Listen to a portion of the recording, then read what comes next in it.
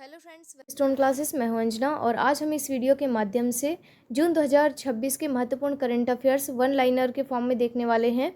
यहाँ पर आंसर तो देखेंगे ही, उसके साथ जो इसके महत्वपूर्ण जो तथ्य हैं, कीवर्ड्स हैं, जो अक्सर परीक्षा में पूछे जाते हैं और जो एक्स्ट्रा जो पॉइंट्स होंगे वो भी हम यहाँ पे समझेंगे, जिससे कि आने वाले एग्जाम्स में कुछ भी छूटने ना पाए। ठीक है, तो चलिए इसको शुरुआत करते हैं और यहाँ पे हम राष्ट्रीय को कवर करेंगे, फिर अंतर्राष्ट्रीय को कवर करेंगे। इस तरीके से हम पूरा करंट अफेयर्स को कवर करने वाले हैं, तो इसको स्किप मत करिएगा और पूरा देखिएगा। ठीक है, तो पहला है यहाँ पे कि नीति आयोग द्वारा जारी ट्रेड वॉच क्वार्टरली रिपोर्ट। तो सबसे पहले कि ट्रेड वॉच क्वार्टरली जो रिपोर्ट है वो कौन जारी करता है, तो नीति आयोग। तो ये पूछ सकता है कि ट्रेड वॉच जो क्वार्टरली रिपोर्ट है वो कौन जारी नीति आयोग जारी करता है। तो ये कह रहा है कि वित्त वर्ष 25-26 की तीसरी तिमाही के अनुसार किन क्षेत्रों में वृद्धि देखी गई है। तो वृद्धि किस में देखी गई है, तो सेवाओं मतलब सर्विसेज और रत्न और आभूषण में। तो जेम्स ज्वेलरी के क्षेत्र में क्या है कि वृद्धि देखी गई है। कपड़ा मंत्रालय ने, अब देखिए यहाँ पे नीति आयोग अगर आया तो मैं बता दूं आपको कि इसकी स्थापना 1 जनवरी 2015 को हुई थी। योजना आयोग के स्थान पे इसको लाया गया था। मुख्यालय इसका कहाँ है, तो नई दिल्ली है। तो ये क्या है, एक तरीके से तो भारत सरकार का क्या है, एक थिंक टैंक के रूप में काम करता है। विकास और जो आर्थिक नीतियाँ हैं उन पर क्या देता है, अपनी सुझाव देता है। और एक तरीके से ये भी कह सकते हैं कि यह सहकारी संघवाद को भी बढ़ावा देता है। ठीक है, दूसरा है यहाँ पे कि कपड़ा मंत्रालय ने बजट 2026-27 के आधुनिकीकरण और स्थिरता योजनाओं पर चर्चा के लिए कार्यशाला कहाँ आयोजित की, तो बेंगलुरु में। तो क्या कह रहा है कि कपड़ा मंत्रालय ने बजट 2026-27 के आधुनिकीकरण और स्थिरता योजनाओं पर चर्चा के लिए कार्यशाला कहाँ आयोजित की, तो बेंगलुरु में। कपड़ा मंत्रालय की अगर बात करें तो ये किससे संबंधित है, तो वस्त्र उद्योग से संबंधित है। ये क्या करता है, रोजगार और निर्यात दोनों के लिए ये बहुत ही महत्वपूर्ण है एक तरीके से, है ना। अब क्या है कि भारत जो है ज़्यादातर, आपने देखा होगा कि भारत किस में, टेक्सटाइल सेक्टर को भी बहुत ज़्यादा बढ़ावा देता है। तो ये भारत जो है, ये भी कह सकते हैं कि भारत जो है ना हमारा, वो विश्व में सबसे बड़े कपास उत्पादक देशों में भी शामिल है। ये बात भी आप याद रखिएगा। वैज्ञानिकों ने हाल ही में मेघालय की गारो हिल्स में रेड स्नेक की किस नई प्रजाति की खोज की है, तो कैलामोरिया गारो एंसिस, कैलामोरिया गारो इंसिस। तो ये कहाँ पे खोजी गई है, मेघालय में खोजी गई नई एक प्रजाति है। कैसी है, तो ये विषहीन है, मतलब इसमें कोई विष नहीं है, सांप की एक प्रजाति है। और ये जो ये इसका जो नाम है, ये गारो हिल्स के क्षेत्र के नाम पे ही इसका नाम रखा गया, ये भी याद रखिएगा। अब 18 अप्रैल 2026 को भारत के पहले पेट्रोगिल्फ संरक्षण पार्क की आधारशिला कहाँ रखी गई है। कैसा, भारत का पहला है। तो पहला जो भी पहली या पहला होता है वो क्या होता है, एग्जाम की दृष्टिकोण से और भी जरूरी हो जाता है ये। ठीक है, तो ये वाला याद रखिएगा, क्योंकि ये भारत का पहला पेट्रोगिल्फ संरक्षण पार्क की आधारशिला कहाँ रखी गई, तो सिंधु घाट लद्दाख में। कहाँ पे, सिंधु घाट लद्दाख में।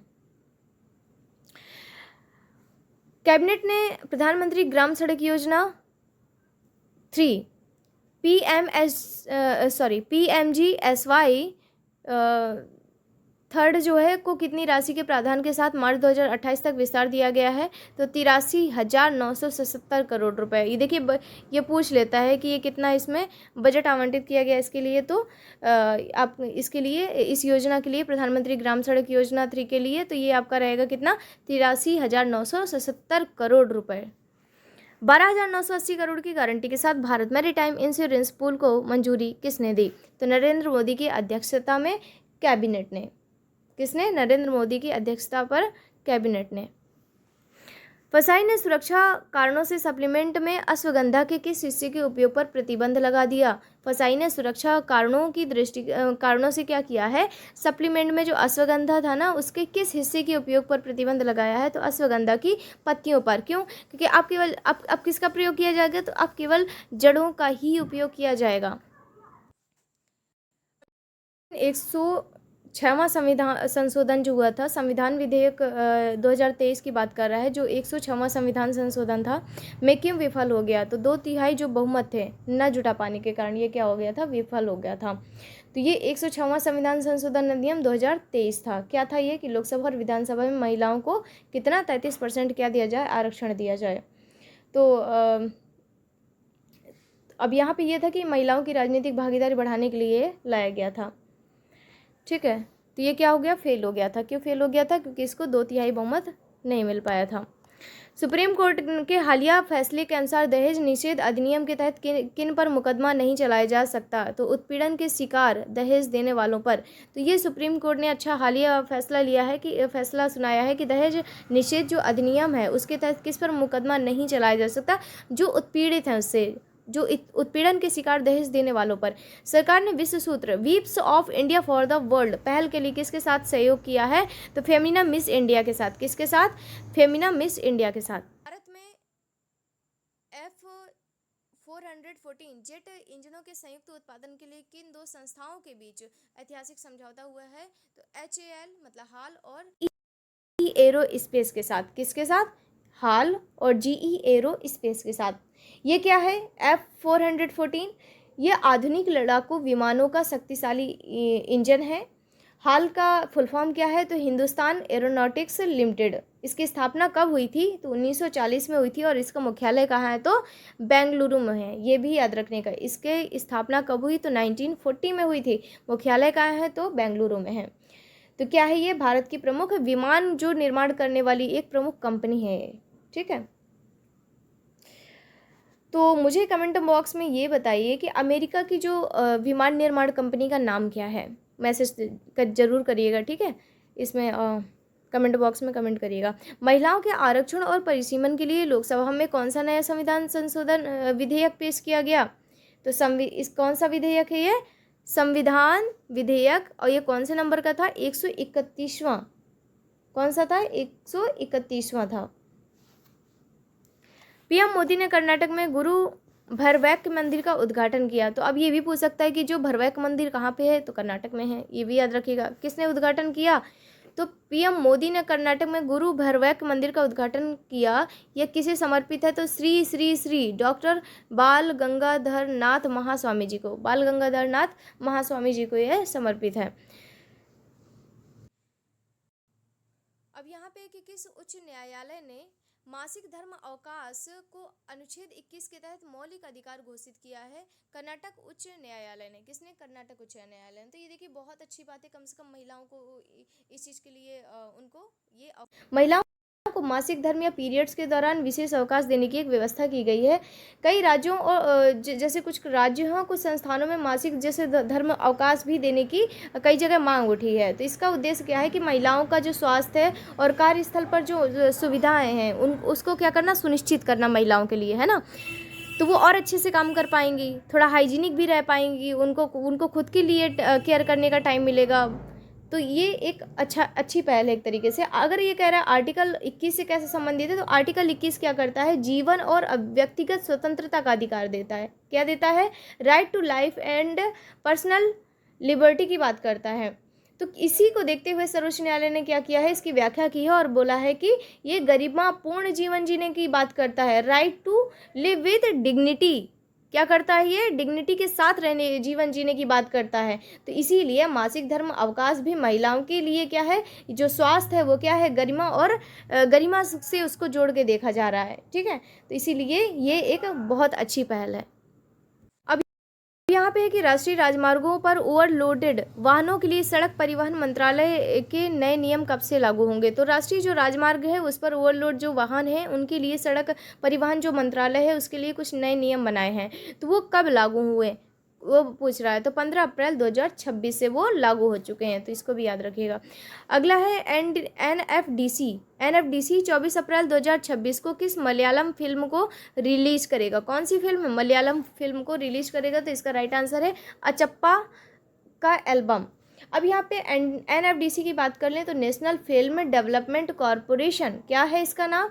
नेशनल फिल्म डेवलपमेंट कॉरपोरेशन, मतलब राष्ट्रीय फिल्म विकास निगम। इसकी स्थापना कब हुई? तो 1975 में हुई। यह सूचना और प्रसारण मंत्रालय के अंतर्गत काम करता है। ये भी याद रखिएगा, ये किसके अंतर्गत काम करता है, तो सूचना और प्रसारण मंत्रालय के अंतर्गत ये एनएफडीसी काम करता है। इसका उद्देश्य क्या है कि ये क्या करता है कि भारतीय जो सिनेमा है उसको बढ़ावा देना, जो अच्छी फिल्म है उनको और बनाया जा सके, उनका वित्त पोषण करना और प्रचार प्रसार भी उनका करना, ये भी इसका काम है। ठीक है, तो किस फिल्म को रिलीज करेगा एक तरीके से, मलयालम फिल्म को, तो अचप्पा ए एल्बम। ठीक, अगर थोड़ा फिल्म के बारे में भी बात करें तो ये थोड़ा सा फैमिली ड्रामा टाइप की ये फिल्म है। और इसका जो निर्देशन किसने किया है, तो दीप्ति पिल्ले सिवन ने किया हुआ है। अगला है यहाँ पे सुप्रीम कोर्ट ने किस अनुच्छेद के तहत शक्तियों का प्रयोग करते हुए टूटे हुए विवाह को भंग करने का फैसला सुनाया। टूटे हुए विवाह को भंग करने का फैसला सुनाया, तो अनुच्छेद 142। तो इसका मतलब ये है कि ये जो आर्टिकल 142 है ना, वो ये सुप्रीम कोर्ट कहता है, मतलब ये आर्टिकल ऐसी शक्ति देता है, या सुप्रीम कोर्ट ने इसकी व्याख्या की और कहता है कि ये ऐसे विवाह को समाप्ति या तलाक करने का फैसला दिया जो पूरी तरीके से एक तरीके से टूट गया है। मतलब पति पत्नी के बीच संबंध इतने ज़्यादा खराब हो गए हैं कि वो साथ रह ही नहीं पा रहे हैं, मतलब या साथ रहना पॉसिबल है। तब फिर ये टूटे हुए, इसीलिए कहते हैं कि इस आर्टिकल में क्या है कि ये टूटे हुए विवाह को भंग करने का इसने सुप्रीम कोर्ट ने फैसला सुनाया है। तो किसके तहत, तो आर्टिकल 142 के तहत। भारत फार्मा 2026 का आयोजन 13 से 14 अप्रैल को कहाँ किया गया, तो नई दिल्ली में किया गया। भारत फार्मा 2026। तो ये भारत फार्मा से आप समझ ही चुके होंगे कि ये फार्मास्यूटिकल या दवा उद्योग से संबंधित है। ये क्या है, एक प्रमुख कह सकते हैं कि अंतर्राष्ट्रीय सम्मेलन है, प्रदर्शनी जैसा है कुछ। आयोजन कहाँ होगा, तो नई दिल्ली में होगा। इसमें स्वास्थ्य सेवा, निवेश और R&D वगैरह पे भी जो खर्चे होंगे या वैश्विक सहयोग से जो भी जुड़े मुद्दे होंगे, यहाँ पे चर्चा की जाएगी। इसका उद्देश्य बस इतना सा है, फार्मा जो क्षेत्र में है उसका क्या करना, भारत का जो फार्मा क्षेत्र है उसको वैश्विक स्तर पर उसको मजबूती प्रदान करना है ना, उसकी पहुंच बनाना। और जो दवा के निर्माण है, जो जैविक दवाइयाँ हैं, इनसे और नई जो चिकित्सा तकनीकें हैं उनको बढ़ावा देना, ये सारे इसके क्या हैं, उद्देश्य हैं। तो जो भारत है वो क्या करना चाहता है, वैश्विक जो फार्मा क्षेत्र में अपने भारत को क्या बनाना चाहता है, अग्रणी बनाना चाहता है, अनुसंधान को बढ़ावा देना चाहता है, स्वास्थ्य क्षेत्र में नवाचार को प्रोत्साहित करना चाहता है, इसलिए। ठीक है, तो कहाँ पे होगा, भारत फार्मा 2026 का आयोजन होगा, तो नई दिल्ली में होगा। वेस्टर्न घाट्स वायनाड में खोजी गई नई पौधे की प्रजाति का नाम क्या है, इसका नाम है ब्रेम्फीस्टाइल वायनाडेसिस। ब्रेम्फीस्टाइल वायनाडेसिस, ठीक है, इसका नाम थोड़ा ऐसे ही रहेगा क्योंकि कहाँ पे, वेस्टर्न घाट में है।